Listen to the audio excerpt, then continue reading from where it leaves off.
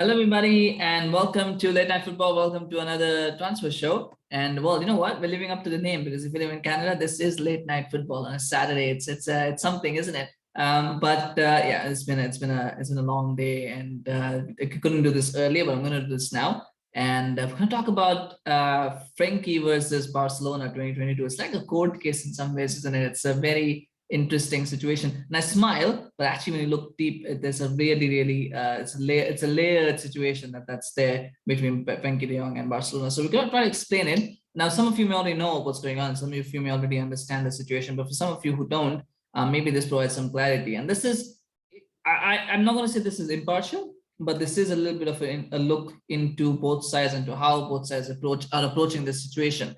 And obviously, we all have our personal opinions on which side is right, which side is wrong, which side is good, and all of that. So we'll try to get into that. But now let's just explore the situation. So the way that it is working is when I first thought about, well, I mean, just to put the context. So the thing is, Manchester United put in a bid for Frenkie de Jong. Barcelona want to sell Frenkie de Jong, and the bid has been accepted for Frenkie de Jong from Barcelona. Frenkie de Jong on his side has said that he doesn't want to leave Barcelona. He's very happy. He doesn't want to leave. And so therefore there is a bit of a standstill, and Frenkie de Jong has not negotiated personal terms yet with Manchester United. So that's where that's where we are at right now in terms of the situation. Now, if you go a little bit deeper though, and what I realized is one of the sticking points of the deal was the 17 million pounds in wages owed. This was the word that was used, 17 million pounds or thereabouts in wages owed. But it's not actually 17 million pounds in wages owed. It's actually 17 million pounds in wages deferred. Wages and bonuses, I think wages deferred, and then of course there's bonuses as well and things like that, but wages deferred. Now, what does that mean per se? What it means is, think of it this way: when you're working at a company, right, or when I'm working at a company, and I earn $300,000. Let's say I'm going to use dollars, but you can use other currency. So $300,000 a year is what I earn, right? And so the company comes to me and says, well, now there's two ways, right? One way is the company says, well, I'm earning $300,000 as a salary, right? And this is what I'm owed, but they only pay me 200,000 for that year. They still owe me 100,000. So because they owe me that as a service, right? Doesn't matter where I leave or where I go, they've got to pay me that $100,000. They can't say, no, well, you left, and so therefore we are not going to pay you 100,000. No, I've worked the full year. I deserve the 100,000. They got to pay me that, right? That's what it is. So that is wages owed, right? When it comes to wages deferred, think of it this way: is that if I'm earning $300,000 a year, right, and my company comes to me and then they go, you know what, we know you're earning $300,000 a year, but we're cash strapped at the moment. So what we're going to do is we're going to restructure your contract. So instead of a 1-year rolling contract, we're going to give you a 5-year contract. And over 5 years, we're going to pay you $100,000 in the first year. We're going to pay you $200,000 in the second year. And from the third year, we'll pay you $400,000 every year. So basically you make $300,000 in 2 years as opposed to 1 year. And then, the remaining, because we owe you another 300,000, we'll split that across 3 years. Plus, because you're taking deferred wages. So in the third year, from the third year, we'll also give you a loyalty bonus, which will probably be another $200,000 assumption, right? So over the course of, what you're supposed to make 1,500, perhaps over the course of your 5 years contract, right? Instead of that, over 5 years, if you stay with us for the full 5 years, you will make it 1.5, but you'll also make maybe another 600,000 in loyalty bonuses. So you're going to make $2.1 million. Right? So that's the way that it works. Now, this is a contractual thing. So this is wages deferred. This is not wages owed. So so the way that it works is that the rest of the contract is structured. So you're 100,000, 200,000, 400,000, 400,000, and then of course loyalty bonuses on that. Right? Now imagine after 2 years, right? I've got 300,000. Now I'm going to enter my third year and I'm supposed to get 400,000.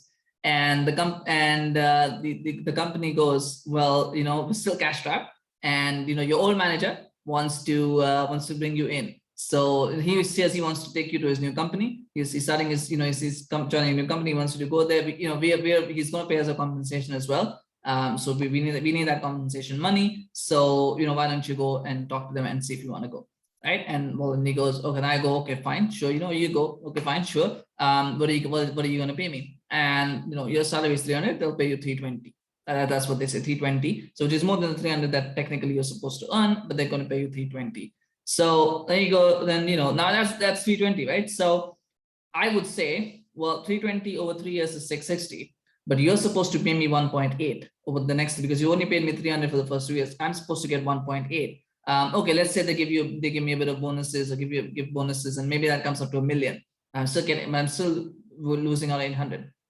Now, if I leave at that point after 2 years, I don't get the remaining 1.8. They don't owe me the 1.8 because that is deferred wages, because that's the way the contract has been structured. Right? They're supposed to pay me because my salary will just increase. Right? So you lose out on that money. If you leave the company, you lose out on 1.8. You're not getting it. They can't pay. They're not obligated legally to pay you that money because that's how the contract was restructured. So that's the difference between wages owed and wages deferred. Now imagine that the new company is paying 1 million. The new company goes, well, that 1.8, that's between you and your current company. We're not going to cover that difference. Right? We're not going to give you 1.8 or 1.5. We're not going to give you that. Right? And the old company goes, well, we need you to go, and we want you to go because we can't afford to pay you 1.8. So, but I could, I'm well within my rights. And this was a situation to me as I thought about it. I thought, well, if I'm well within my rights, like you owe me 1.8, I'm going to stay here and take 1.8. I'm not going to leave, right? Because the other companies are going to pay me the 1.8. So you pay me the 800,000, right? And then I'll go, right? And you don't need to pay me 1.8, just pay me 800,000. I'll get my million from them. That's it. I will go. Right, so you pay me the 800, and that's the sticking point. The 17 million points is the wages deferred because that is what was deferred, and that is what he will earn for the those are the amount of money that he has lost because the pay cuts that they've taken in the last 2 years because of COVID and Barca's debt issues. That's what they've done, and now that is the one that he has to collect. Now, if he leaves Barcelona, Frenkie de Jong, bring this back to Frenkie de Jong, if he leaves now, he loses out that 17 million pounds. He's not going to get it because Barcelona are not going to pay it to him, right? And even if it is not, like the way that I've explained it, there might be legal loopholes in a way to get out of that clause. So Frenkie de Jong knows this, and Frenkie de Jong therefore doesn't want to leave Barcelona. Now, the other part of it, of course, is the fact that he can't say publicly that he's going to leave Barcelona, because if he says that, commitments are questioned, things, it's like, you portray yourself as the villain and stuff, because right now that's what Barcelona are doing. They're making Frenkie de Jong look like the villain. And so, there's a whole thing that's happening over there. And it's troublesome. It is very troublesome for Frenkie because he's like, well, that's why he's digging in. He's digging in because he knows that they want to get him out. So he's like, well, no, I don't want to go. I want to stay here. I want to stay here. And he doesn't want to go. And so therefore, that is where the issue is the fact that it's wages deferred and not wages owed. So what is basically happening is Barcelona are not legally obligated to pay that money if Frenkie leaves now. Right? But if he stays, they're going to have to pay him that money. But they can't afford to pay him the kind of wages that he's going to require. They're not going to be able to pay him that. They need him to go just for the money. And just for the wages, but also the fact that they will get money to sign other players, from the money that they get, the 75 million euros that they're going to get, they will be able to sign other players. So therefore, they need him to go. But Frenkie is dug in and said he's not going to go. And Barcelona technically can't force him. They're trying to force him out, but they can't just kick him out. So what Barcelona are doing now, and I mean, it's a very simple issue. You just pay the 17 million from the money that you're getting in from Manchester United. You pay that. But Barcelona are being shady. They're being shady here, and they're not doing it. They're not doing this simple thing because for whatever reason, whether that's greed, whether that's political issues, I don't know what it is, financial issues, they don't want to use that money to pay Frenkie de Jong off. So Frenkie de Jong is saying, well, I'm not going to go, right? Now, it could be resolved with negotiation, right? I mean, you could probably tell Frenkie to take a little bit less, money from there and just do the deal. But they don't want to do that. Barcelona, for some reason, don't want to do that. And therefore, Frenkie de Jong is going to stay until he is, because until he's given the money, until that difference in salary is made up, he's not going to go. And right now it's like that, and it can't go like that. Now, should he have gone on the preseason tour? Probably not. He probably should not have gone on that tour. If Arsenal was serious about selling him, they should not have let him go on the tour. But again, here's the other problem with that is because if you don't take him on the tour, you're kind of technically forcing him out of the situation, and that opens you up to a whole other set of legal issues as well. You can't force a player out, right? Because and that's the thing. Frenkie has not said he wants to leave, because once he says he wants to leave, that weakens his position, right? This is what it is. So I'm pretty sure that Erik ten Hag would not be so adamant about Frenkie de Jong if there was no assurances on his side that he is willing to come, right? So I'm pretty sure there's been some back channel talk. I know there was reports as well that was mentioned that there has been constant communication between the two, and I'm sure there has been, because if he wasn't, because I'm sure there's that respect between the two, where if he's not interested, then he would have said it outright. But he can't say it outright that he wants to join Manchester United, because if he says that, it opens, then you're talking about commitment, and you start talking about, well, this guy's mind is not, in the right, he's on the right frame of mind, we don't want to keep him. That opens him up to another whole set of legal issues as well. So he's got to come out in public and say that, no, I want to stay at Barcelona, I want to stay at Barcelona.